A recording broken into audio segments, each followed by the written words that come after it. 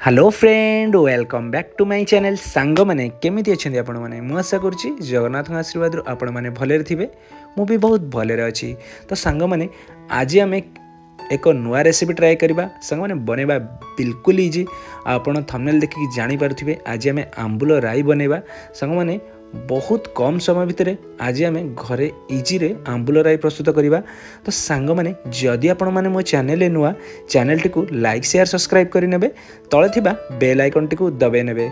तो सांग मैंने डेरी न करी चलतु आम वीडियोटी आरंभ करवा। आंबुल राई बनवाई सांग मैंने मुझे प्रथम किसी आंबुल नहीं तो देखिए जानीपारे मार्केट में आपको इजिली आंबुल मिल जाए। जदि आप घर भी अच्छी तो आप यूज करें।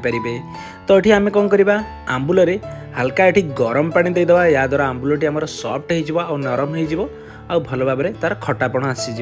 तो ये साइड कर नवा आंबुलटी को ये सांग मैंने मुझे गोटे चामच ये जीरा और गोटे चामच ये सोरिष नहीं जाइली आ भल भाव में वाश करके पानी रे बतुरे नहीं आ गोटे नड़िया ये कोरिकी नहीं आपण एमती नड़िया कोरिकी नहीं जिबे आ दुई तीनोटी ये मुझे कंचा लंका नहीं जदि आप स्पाइसी खाऊँ तो नहीं पारे ना स्किप करेंगे। किसी धनिया पत्र नहीं जाइए आम एवं सब ग्राइंडिंग करवा।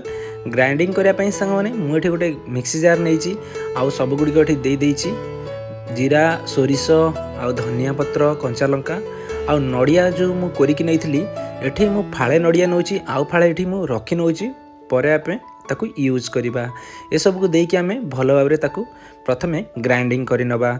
आउ मन रखिबे पेस्ट कला बेले पूरा फाइन पेस्ट हबार दरकार बा तिखल टाइप रो हबा दरकार जेमिति पूरा परफेक्ट वे रे बाटी नेबे। तो ये देखिपे मुझे ग्राइंडिंग कर देछि आ पूरा परफेक्ट भाव में रेडी हो जाइए। जीवा एठी आमे नेक्स्ट प्रोसेस को एठी मु गोटे कड़ाई नहीं कड़ाई पाखापाखि 2 चामच एठी रिफाइन तेल देइथिली। तेलटी भल भाव में गरम होला परे जो आमे बाटिकी रखी मसला गुड़िक एठी आमे देइदबा। आउ जो आमर मिक्सी जार रे लागिछि एठी आमे टिके पानी ऐड करदबा पाखापाखि 2 ରୁ 3 कप एठी मु पानी ऐड करके ताकू भल भाव में मिसई नहीं। एठी देखिपारे आपण एठी एमिति ही बनइबे आउ जदि आपको मोटा पतला दरकार तो सही हिसाब से आप पानी भी दे पारे। ये देखो हल्का मोर फुटी आसलानी। एठी आमे जो आंबुलटी को आमे बतुरे की रखी जो पानी रे सेटा को आमे एठी ऐड करि नबा। आंबुल देखो भल भाव में तार पानी छाड़ देछि आ खटापण भी रेडी हो जाइए। तो ये आंबुलटी को आमे देकी ताको एठी भल भाव में फुटिया पई छाड़िबा। तो देखि पारथिबे एठी हल्का मोर फुटी आसलानी। एठी मु गोटे चामच एठी लुण दउछि मन रखिबे सांग माने ये आप बिल्कुल भी बेसी लुण देवेनि कारण आंबुल रे लुण थाए। आउ मुझे टिके हलदी दे देछि आउ एठी पाखापाखि चीनी मु 50 ग्राम देछि। आपण चाहिए गुड़ भी दे पारिबे।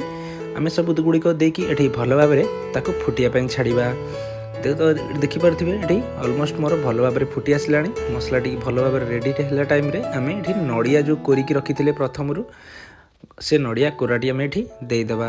तापर पुणी आउ 2 ରୁ 3 मिनट आम एठी भल भाव में फुटेबा जेमती जो मसला गुड़िक बिल्कुल भी कंचा लगनी आ भल भाव में रेडी हो। तो ये देखिपे मोर परफेक्ट भाव में फुटी जाइए। मु साइड कर नौची जीवा आम एठी नेक्स्ट प्रोसेस को एठी देखिपे सांग माने मु गोटे बड़ कप एठी दही नहीं आउ ताको भल भाव में हुइस मारिकी नहीं आउ एठी मोर जो आंबुलर मसलाटा एठी पाखापाखि ऑलमोस्ट ठंडा हो जाइए।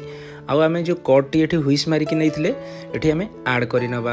एठी ताको एमती भल भाव में मिसई नबा। एठी देखिए फ्लेम टी मोर बिल्कुल बंद अच्छी आउ एठी हल्का मोर आंबुल राईटी ठंडा हो जाइतिला। ठंडा होला परे आपण कटटी ऐड करिवे।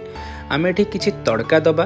तड़का रे जेमिति मो पंचफुटण नैथिली आउ किछि भृसंगा पत्र आउ किछि सुखिला लंका मुठी दे दूची। आपन पाखरे जदि हेंगु अछि भी देबे गोटे भल बासना आसीबो। फुटणटी ये भल भाव में फुटीगला मुझे तड़काटी लगे नहीं आम या भल भाव में मिसई नवा। आउ सांग माने लुक देखिकी जानीपारे केते बढ़िया देखा जाउची आ केते सुंदर देखा जाउची आ खाइबा पई भी बहुत बढ़िया लागिबो।